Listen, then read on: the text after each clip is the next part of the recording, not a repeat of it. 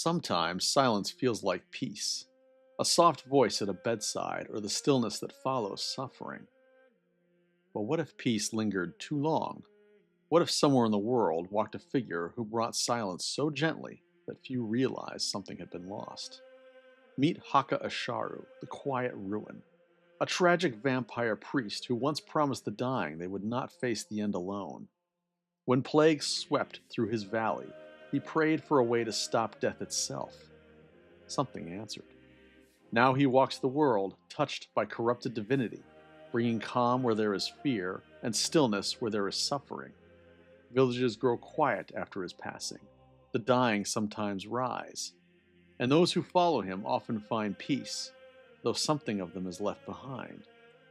Haka does not threaten, he simply arrives, and the world goes quieter. A battle falters, a dying soul finds calm, a follower kneels in silent devotion, and when he leaves, the stillness lingers, gentle, unsettling, and absolute. And welcome, traveler, to the Tavern on the Morrow, where all come to gather at the threshold to adventure. Here you will find resources in the form of characters, settings, and adventure ideas that you can use in your Dungeons & Dragons or Daggerheart games as you see fit. I will present a series of traits on each topic that will help you create a rich storytelling experience for everyone in the group. These tools are accessible to gamers from all backgrounds, whether new to the world of tabletop role-playing or a grizzled veteran long in both tooth and tail. We turn now to a small shrine along the road to the tavern, its weathered stones lined with wilted flowers and scattered coins. The wind stirs the trees, yet the air around the shrine feels strangely still. A pale figure kneels in silence, white fur dim in the fading light. He does not pray, he simply listens. A traveler slows without knowing why. Another leaves a coin before moving on. When Haka Isharu finally rises and continues down the road, the quiet lingers behind him, gentle, unsettling, and absolute. Haka Isharu cuts a pale figure in the dim light, his long white fur broken by irregular patches of black like shadows across snow. His crimson eyes burn faintly beneath a calm, unreadable expression, and when he speaks, long fangs show only briefly. He wears dark leather armor, worn but well kept, adorned with tarnished divine tokens and simple prayer beads dulled with age. There is an unnatural stillness to him. Haka rarely shifts or fidgets, standing with quiet composure and moving with slow, deliberate steps. His presence settles the space around him, conversations often fading without anyone knowing quite why. He speaks softly, gestures little, and watches more than he speaks. His steady gaze, calm, measured, and quietly predatory. Before he was called the Quiet Ruin, Haka Isharu served in a small hospice where he comforted the dying when healing failed. He spoke softly, listened to their stories, and promised they would not face the end alone. Word spread of the silent Tabaxi priest who brought peace to restless souls, and soon families began asking for him by name. The white-furred priest, the quiet one. Then the plague came. The hospice filled and overflowed, and Haka moved tirelessly between the dying as peace turned to helplessness. Hands he held grew cold before he could return. At last, he knelt alone in the dim chapel, surrounded by fading breath. For the first time in his life, Haka Isharu did not pray for a peaceful end. He prayed for a way to stop death itself. The Pale Shepherd answered. They call it the Pale Shepherd, though no temple claims it and no scripture names it. Said to walk the edge of death, it appears to those who linger between life and the beyond, the desperate, the dying, and those who pray for one more breath. It does not reap souls, but gathers those who resist the end, offering a quiet bargain. Step beyond death, and the end need never come. The Pale Shepherd is patient and gentle, believing death to be a boundary that can be softened, delayed, or undone. Those who accept its gifts are changed, not always monsters, but never fully living again. When it appears, it does so without sound, a pale figure in the dim light seen through thin mist. Candles dwindle, wind quiets, and voices fade. When it leaves, no trace remains, only those it has touched carrying its quiet gift and lingering purpose. Now Haka has become a vessel for the Pale Shepherd, a spirit that, with Haka's help, may now begin the transition towards godhood should more followers take up its portfolio. Haka is the first of the Pale Shepherd's saints. The village that stopped aging. Haka Isharu came to the village in winter, when illness had already claimed the first graves. He moved quietly among the sick, offering gentle prayers and careful draughts of his blood to those closest to death. The fevers broke. The dying recovered. When he left, the villagers believed they had been saved. Years passed. No one died. No one aged. No children were born, and no one left. When Haka returned decades later, the villagers greeted him calmly as though no time had passed. Realizing what he had done, he offered to release them, but none asked for it. They simply thanked him, and the village remained as it was, quiet and unchanged. The boy he saved. Haka found the boy dying at the edge of the forest, fevered and alone. To save him, he offered a small measure of his blood, just enough to pull him back from death. By morning, the boy lived, and Haka left him near the road, certain he would be found. Months later, Haka returned to find fear gripping a nearby village. He followed the scent of blood to a ruined barn where the boy crouched in the shadow, pale and trembling, red eyes wide with hunger. The child did not understand what he had become. Haka knelt beside him, spoke softly, and with quiet sorrow, ended the life he had once saved. The Silent Monastery. The monks welcomed Haka when illness spread through their halls. He moved quietly among them, offering gentle healing and whispered prayers. The sickness faded, and a calm settled over the monastery. The monks spoke less, but they seemed peaceful, their routines continuing in quiet stillness. Weeks later, travelers found the monastery abandoned. Candles still burned, and meals sat untouched. There were no signs of struggle, only silence. Some claim that, on distant roads, robed figures walk quietly behind a white-furred priest, their steps slow and calm. In the present day, Haka Isharu resides in a secluded monastery far from roads and cities, nestled in mist-covered hills and deep forest. The structure is old, not ruined, but worn by time and silence. Bells hang in the courtyard but are never rung. Candles burn constantly, replaced by quiet hands. The monks who live there are calm, soft-spoken, and devoted. They believe Haka to be a living saint, a being who has transcended death to bring peace to others.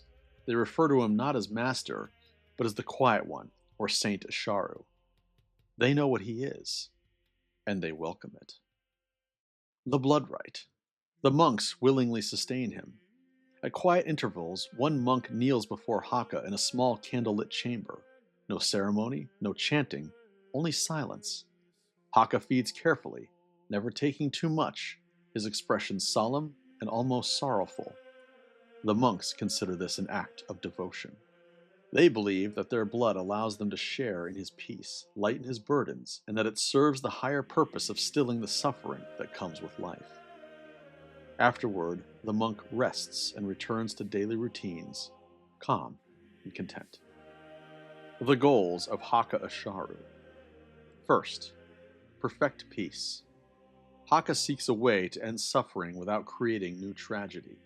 He believes there must be a state of existence beyond pain, fear, and loss. Through meditation, corrupted divine magic, and careful experimentation, he searches for a form of peace that cannot be broken by death. To Haka, undeath is not a curse. It is a step towards something better. He believes he is slowly discovering what that future looks like. Second, create the perfect followers. Haka has begun to shape his monks with quiet intention. Over time, he encourages them towards stillness, guiding them through meditation, sharing small amounts of his blood, and teaching detachment from fear and desire. Those who follow his path grow calmer and quieter, their emotions softening as their presence becomes increasingly serene. Haka believes he is freeing them from suffering, guiding them towards a higher state of peace. In truth, he is seeking something more, the perfect follower, one unburdened by fear, untouched by chaos, and devoted entirely to stillness. To Haka, this is mercy. To others, it may look like the slow erasure of what makes them human. Third, create a new form of undeath. Haka experiments with controlled vampirism, a gentler transformation free from hunger and violence. He studies divine magic, ancient rituals, and his own nature, searching for a way to create beings like himself, but without the tragedy. Not all attempts succeed. Some experiments leave followers weakened, altered, or emotionally hollow. Haka mourns these failures, but continues, because he believes the end result will be worth it. Role-playing tips for Haka Isharu. Quiet feeding. When Haka feeds, he does so with minimal words, if any at all. His movements are slow and deliberate, almost ritualistic. He may maintain eye contact with the one offering their blood, calm and unreadable. There is no hunger in his demeanor, only quiet necessity. Minimal movement. Haka rarely fidgets or shifts unnecessarily. He stands still, hands often folded behind his back or resting calmly at his side. His movements are slow and controlled. When he does move suddenly, it feels deliberate and predatory. Leave conversations quietly. Haka does not always announce his departure. He may simply turn and walk away or step into shadow without warning. Others often realize he has left only after the silence deepens. Haka does not explain himself. He rarely justifies his actions. If questioned, he offers short, calm answers.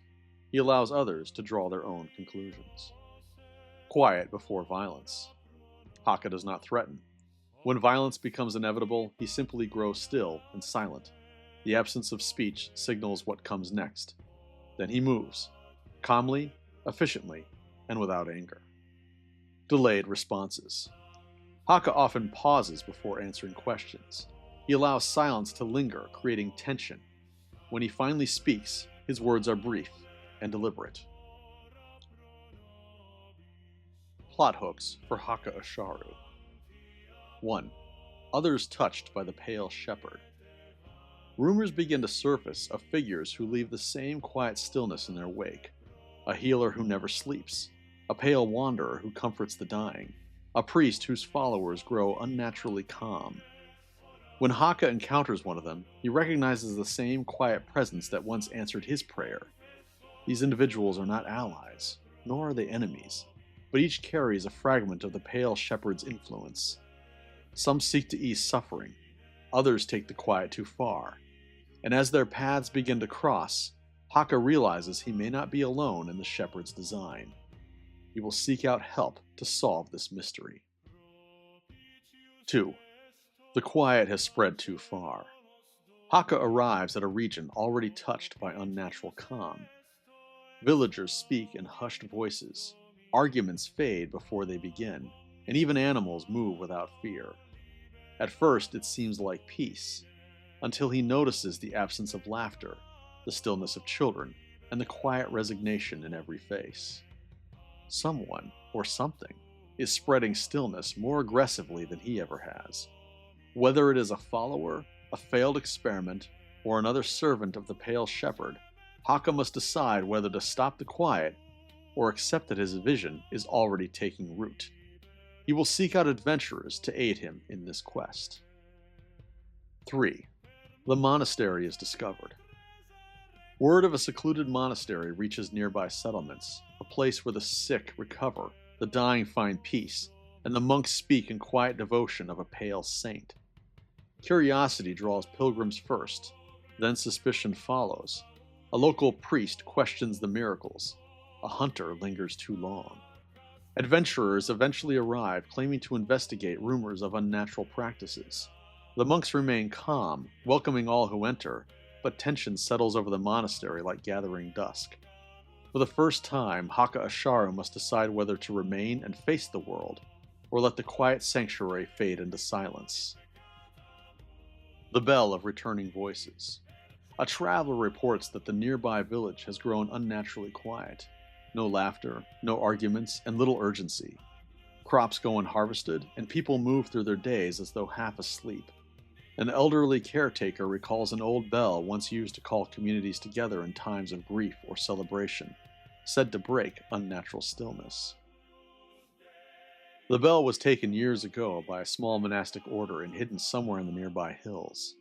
If the silence continues, the caretaker fears the village may soon forget why it should break at all, and the bell may be their only hope.